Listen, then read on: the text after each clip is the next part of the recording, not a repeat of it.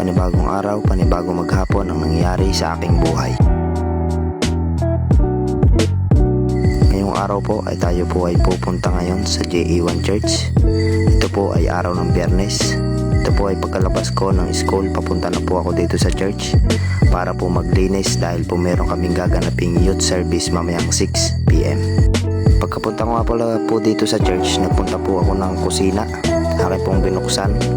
Pagkabukas ko po, hinanap ko po agad ang magic tambo natin diyan. Ayan po, nakita ko po ang magic tambo at pupunta na po tayo sa loob ng church para po magwalis-walis ng kaunti para po hindi magabok ang sahig. Pagkabukas ko po, ito na po, nagwalis-walis na po ako, pero hindi po ganyan kabilis ang pagwawalis. Pagkatapos po natin magwalis, yung mga silang yan ay atin pong papatasin. Ganyan po ang pagpapatas na yan, apat-apat lamang po para po hindi masikip. At pagkapatas po natin, yan na po, okay na po ang silya. Kukunin ko na po ang aking bag at ako po ay uuwi muna para po maligo. Di bali po mamaya na po ulit ako babalik dito mga 5:40 PM po para maghihintay na po tayo ng mga youth na a-attend. Pagkatapos po nila, nagpunta na po ako ng kusina at nagbalik ng tambo. Pero ang ginawa po ay nag-mirror shot. Pagkatapos po niyan ay uuwi na po ako. Yan po, pagka uwi ko po, ako po ay liligo na nito. Di gagawin na po natin magic.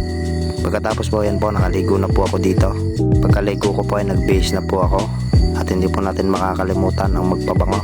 Gawa ng para ho tayo ay mabango lagi. Pagkatapos po natin gumayak, tayo naman ay papunta na uli sa church. Ito po ay 5:30 na po ng hapon. Yan po, nandito na po ulit tayo. Una po ay binuksan ko muna po ang ilaw ng stage. Pagkatapos po niyan ay pupunta po tayo din sa saksakan naman po ng atin pong ilaw uli. Ito po yung ilaw na makukulay. Kita nyo po. Pagka po ay nabuhay yan. Kita nyo po, maganda po ang ating ilaw. Yan po ay biyaya ng Panginoon. Tapos po ay nagsaksak ulit tayo at paparto naman po tayo sa media.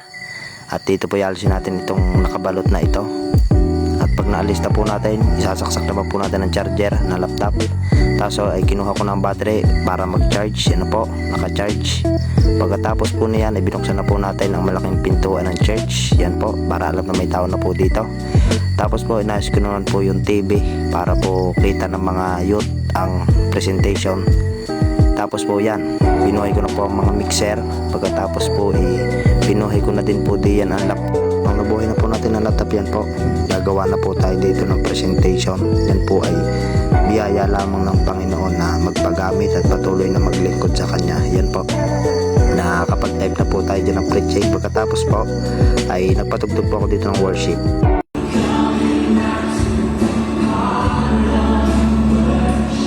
Yan po, medyo hapon na po. Kaya po may nagdating na pong youth. Yan po, nagtitesting po magpiano. Dumating na po si Ninay, dumating na po si Hazel. Pagdating ho, nagpractice ho sila diyan ng worship para mamaya. Tapos maya po ay may nagdatingan uli. Yan po, nag-high pa. Pagkatapos yan ho, may dumating uli. Yan ho, yan ay magahay ho yan. Oh. Maya pa ho ay dumating na rin yung aming magtuturo, ang Ate Init po. Yan po ang magtuturo ngayon sa youth service.